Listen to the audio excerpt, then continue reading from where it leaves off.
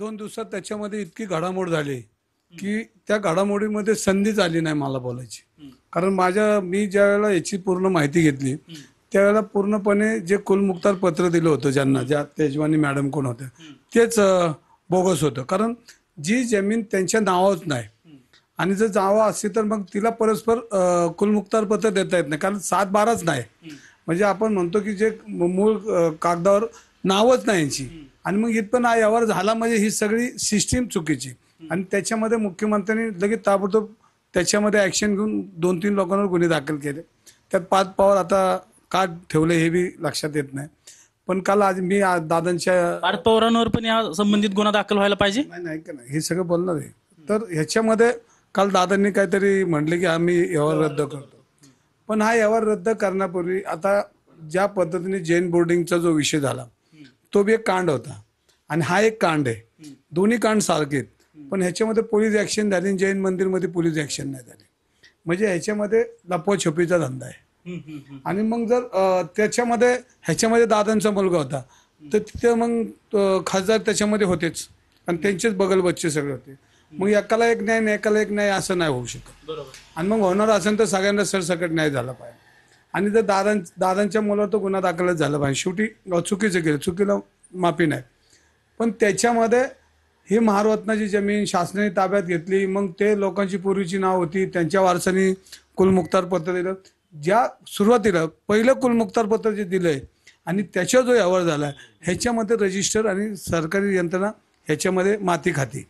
म्हणजे मामा तुम्ही म्हणताय की पार्थ पवारांवर या प्रकरणात गुन्हा दाखल झालाच पाहिजे आणि जैन बोर्डिंगच्या प्रकरणात मुरलीधर मोहोळांवर गुन्हा दाखल झाला ना. आता ह्याच्यामध्ये लपवाछपी नाही झाली पाहिजे. पार्थ पवार काय चुकला तर त्याला चुकीला व्यवहार काल दादा म्हणजे रद्द करतो. आपण दादांनी ऍक्शन घेतली पण तो चूक झाली. त्याला शेवटी त्याला असं चोरी करायची आणि दुसऱ्या दिवशी माझं नाही ना मी चोरी त्याला पैसे असं नाही होत. ह्याच्यावर ऍक्शन झाली पाहिजे, सगळ्यांवर झाली पाहिजे. त्याचप्रमाणे जैन बोर्डिंगमध्ये 250 कोटी 300 कोटी 500 कोटी 1000 कोटी शिवाय आता नावच निघत नाही. आणि मग एवढे पैसे आलेत कुठनं हा एक महत्वाचा भाग आहे. आणि हे सगळे ईडी मार्फत याची चौकशी झाली पाहिजे. मग ह्याची झाली पाहिजे त्याची बी झाली पाहिजे. कारण ह्याच्यामध्ये एवढे पैसे आले कुठनं. बरं 250 कोटी रुपये गोखलेकडे नाही आहेत वाईट एवढे.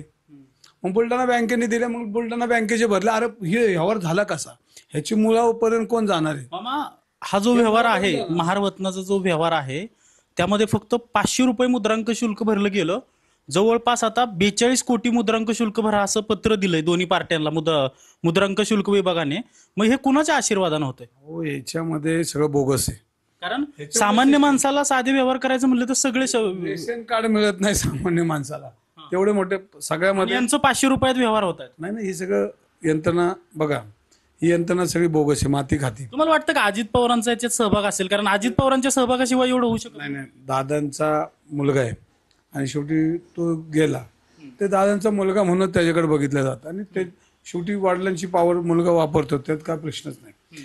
आणि मग दादांनी तर काल स्पष्ट केलं मी यावर रद्द करतो. पण रद्द करून आता यावर थांबणार नाही, ह्याच्यामध्ये कडक ऍक्शन घेतली पाहिजे. तुम्ही देखील आमदार राहिलेला आहात. तुम्हाला वाटतं की एवढा मोठा व्यवहार पार्थ पवारांचा झालाय आणि तो अजित पवारांना माहित नसेल. नाही बघा, मी परवा म्हणजे हा यावर व्हायच्या अगोदर म्हणलो की दादा